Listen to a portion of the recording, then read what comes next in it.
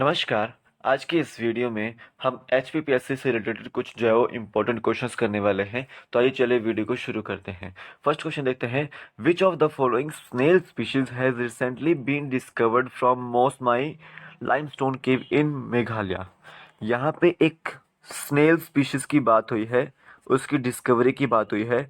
तो हाल ही में इस स्नेल स्पीशीज को मेघालय में एक केव है, लाइमस्टोन केव, जिसका नाम है मोसमाई, वहां पे डिस्कवर किया गया है। तो स्पीशीज का नाम क्या है? वो स्नेल स्पीशीज है आपकी, क्या नाम है उसका? गैरियोसा मोसमयांसिस।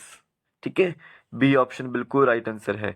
ये भी आपकी जो स्नेल स्पीशीज है, ये आपकी जो काफी समय पहले 1851 में जो खोजी गई थी, और उसके 170 साल बाद, करीब करीब 170 साल बाद जो है वो आपकी दूसरी स्नेल स्नेल स्पीशीज जो खोजी गई है। ठीक है, ये आपको याद रखना है। तो मोसमाई जो है आपका, ये स्मॉल विलेज है आपका मेघालय में, ईस्ट खासी हिल्स में, चेरापूंजी के पास। और यहाँ पर आपको जो है वो लाइमस्टोन की केव देखने को मिलती है। और लाइमस्टोन हम जो है मार्बल को बोलते हैं। और याद रखेंगे कैल्शियम कार्बोनेट जो है इसका फॉर्मूला रहता है। तो यहाँ पे बी ऑप्शन बिल्कुल राइट आंसर है। ओसिमम सैंक्टम जो है वो तुलसी का साइंटिफिक नेम है, और पाइसम सैटिवम पी का जो है वो साइंटिफिक नेम है। याद रखना है आपको। तो यहाँ पे बी ऑप्शन राइट आंसर है कि स्नेल की स्पीशीज जो है वो कौन सी है जो अभी हाल ही में रिसेंटली डिस्कवर की गई है मेघालय में। वो है आपकी गैरियोसा गे और उड़ीसा मोसमियंसिस। ठीक है, याद रखना है। नेक्स्ट देखिए। Which of the following famous personality recently awarded with European Union's top human rights prize, Sakharov प्राइज? जो सखारोव प्राइज है वो यूरोपियन यूनियन का जो टॉप ह्यूमन राइट्स प्राइज है।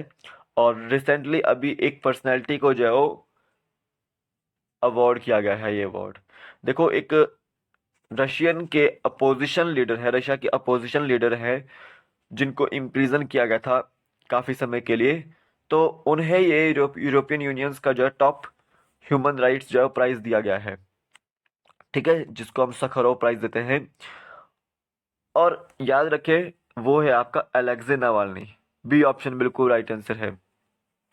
और ये आपका जो है वो रशियन साइंटिस्ट के नाम पर रखा हुआ है प्राइस, एंड्रे सखारोव के नाम पे। और दिसंबर 1988 में जो है ये सबसे पहली बार जो है दिया गया था यूरोपियन पार्लियामेंट द्वारा।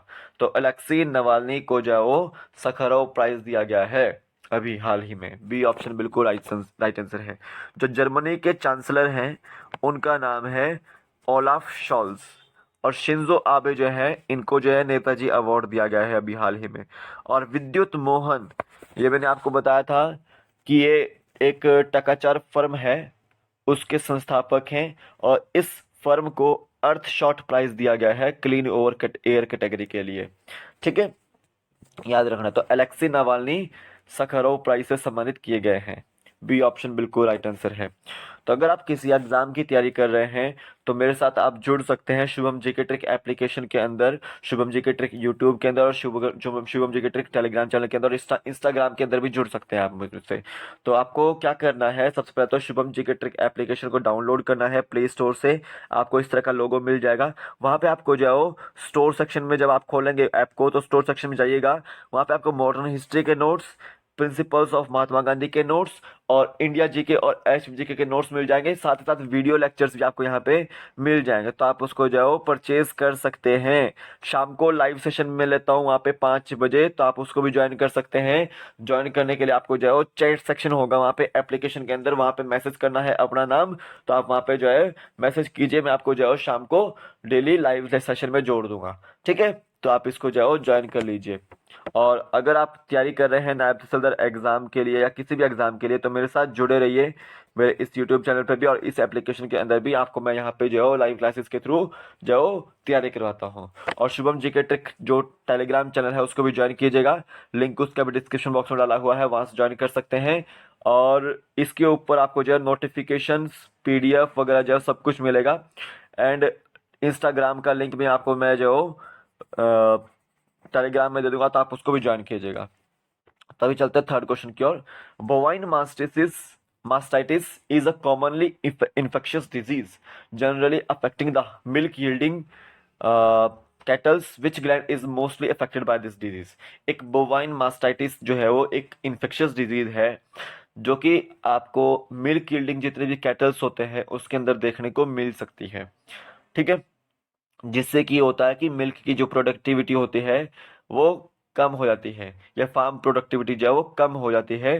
तो ये जो डिजीज है वो आपकी माइकोप्लाज्मा की वजह से फैलती है, या फिर जो कुछ फंगस की वजह से फैलती है, या फिर जो है बैक्टीरिया की वजह से फैल सकती है, और या वायरस की वजह से फैल सकती है। इन सभी की वजह से जो है फैल सकती है। और इसमें आपको फिजिकल इंजरी देखने को मिलती है मेमोरी ग्लैंड्स के अंदर।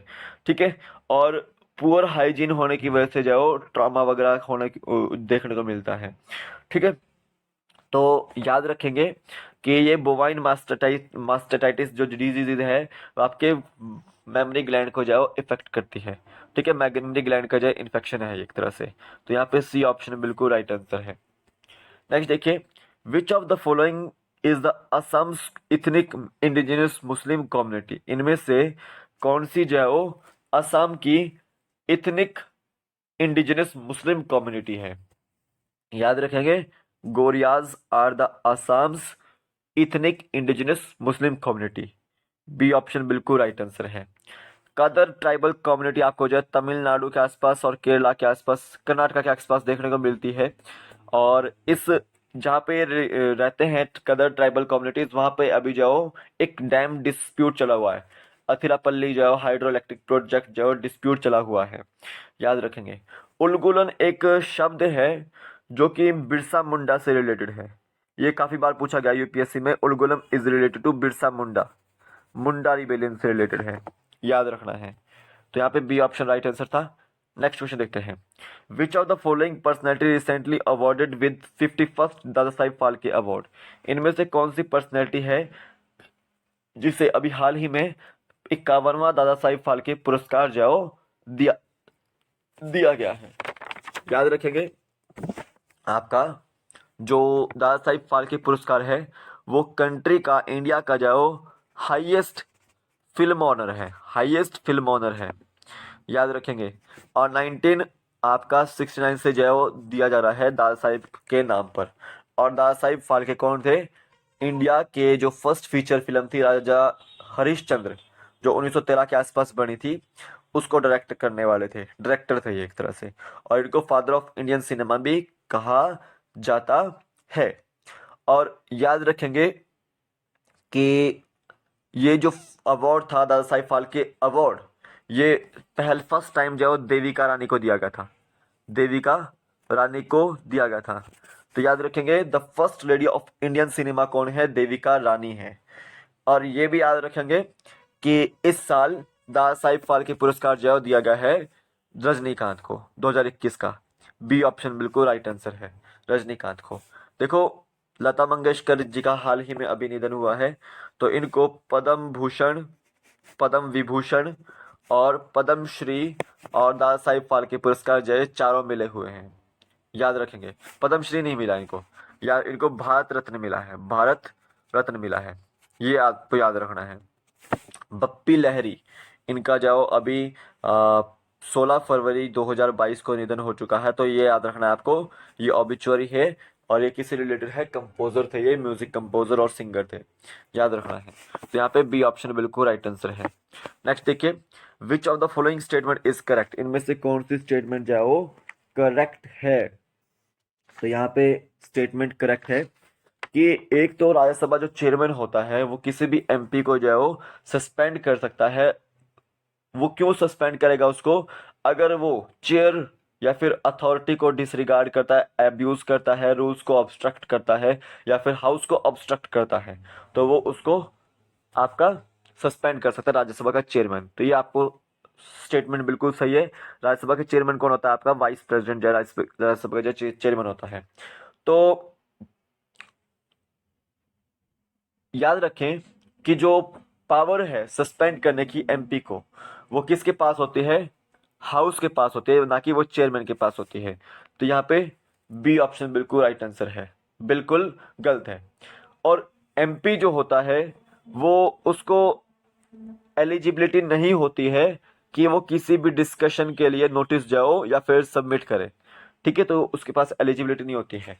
और ये भी याद रखना कि एमपी के पास ये राइट नहीं होता है उस समय जिस समय से सस्पेंड है कि उसके क्वेश्चन का जवाब कोई रिप्लाई करे, ये भी राइट नहीं होता। तो यहाँ पे ए ही ऑप्शन बिल्कुल राइट आंसर है कि राज्यसभा चेयरमैन जो है उसके पास पावर होती है एमपी को सस्पेंड करने की, जब वो अथॉरिटी या चेयर को जो है वो डिसरिगार्ड कर रहा हो और अब्यूजिंग कर रहा हो रूल्स के और ऑब्स्ट्रक्ट कर रहा हो रूल्स को।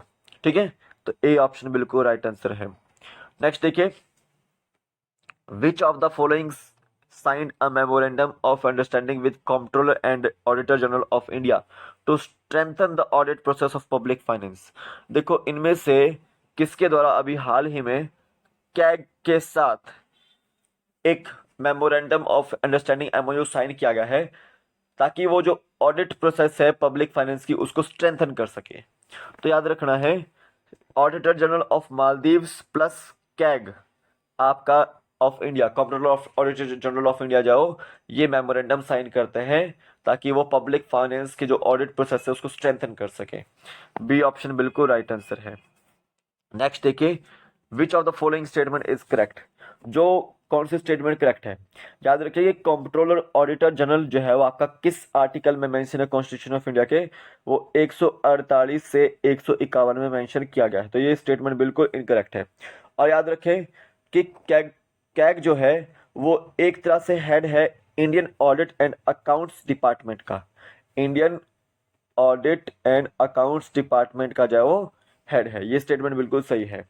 और ये एक तरह से पब्लिक पर्स है, गार्डियन का जो है पब्लिक पर्स है।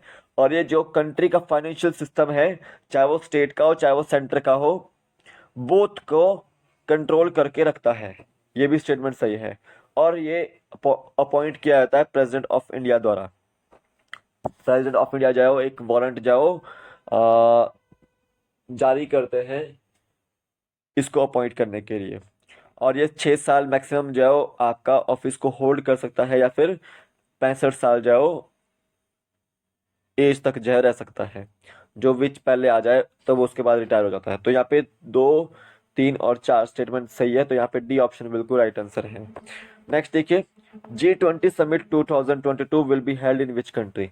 जो G20 समिट है वो 2022 का किस कंट्री में होने जा रहा है। याद रखेंगे, 2021 का हुआ था आपका इटली में, 2022 का होगा आपका इंडोनेशिया में, 2023 का होगा आपका इंडिया में, और 2024 का होगा आपका ब्राजील में। याद रखेंगे इसको। तो यहाँ पे सी ऑप्शन बिल्कुल राइट आंसर है। 2023 में जो एससीओ का heads of summit state summit होगा वो इंडिया होस्ट करेगा, याद रखना है। ठीक है, याद रखना है। तो यहाँ पे सी ऑप्शन बिल्कुल राइट आंसर है। नेक्स्ट देखिए, मारो festival is celebrated in which of the following state. इनमें से किस स्टेट में मारो फेस्टिवल जो है मनाया जाता है। मारो, ठीक है, ये आपका कैमल से रिलेटेड फेस्टिवल है।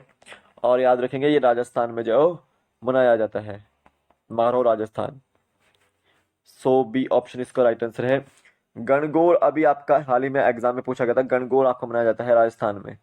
ठीक है, ओणम आपका जो याद रखेंगे आपका केरल में मनाया जाता है, और पोंगल आपका जो तमिलनाडु में मनाया जाता है। ठीक है, और लोसार फेस्टिवल आपका सिक्किम और हिमाचल प्रदेश और आपका लद्दाख में मनाया जाता है। हेमिस फेस्टिवल लद्दाख में मनाया जाता है। पंग लहाबसोल और सागादावा जो फेस्टिवल आपका सिक्किम में मनाया जाता है। और नुआखाई जो फेस्टिवल है वो उड़ीसा और छत्तीसगढ़ में मनाया जाता है। और आपको रज पर्व उड़ीसा में मनाया जाता है, याद रखना है। और तानसेन समारोह आपका जो मध्य प्रदेश में, और आपका मांडू फेस्टिवल जो आपका मध्य प्रदेश में, खजुराहो फिल्म फेस्टिवल आपका जो मध्य प्रदेश में। और याद रखेंगे काला घोड़ा आर्ट फेस्टिवल आपका जो महाराष्ट्र में मनाया जाता है। और काइट फेस्टिवल गुजरात में मनाया जाता है। और फूल देई फेस्टिवल आपका जो उत्तराखंड में मनाया जाता है। फागली फेस्टिवल हिमाचल प्रदेश में मनाया जाता है।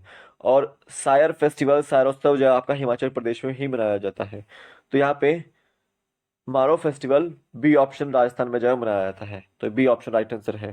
तो ये थे आज आपके टॉप 10 क्वेश्चंस काफ़ी सारे क्वेश्चंस मैंने आपको बताया, काफ़ी सारे फेस्टिवल्स मैंने आपको बताया, तो इंपॉर्टेंट क्वेश्चन है आपके ये एग्जाम पॉइंट ऑफ व्यू से। तो अभी के लिए फिलहाल इतना ही है। कल फिर मिलता हूँ एक नए वीडियो के साथ, तब तक के लिए जय हिंद, जय भारत, आपका दिन शुभ हो, जय हिंद।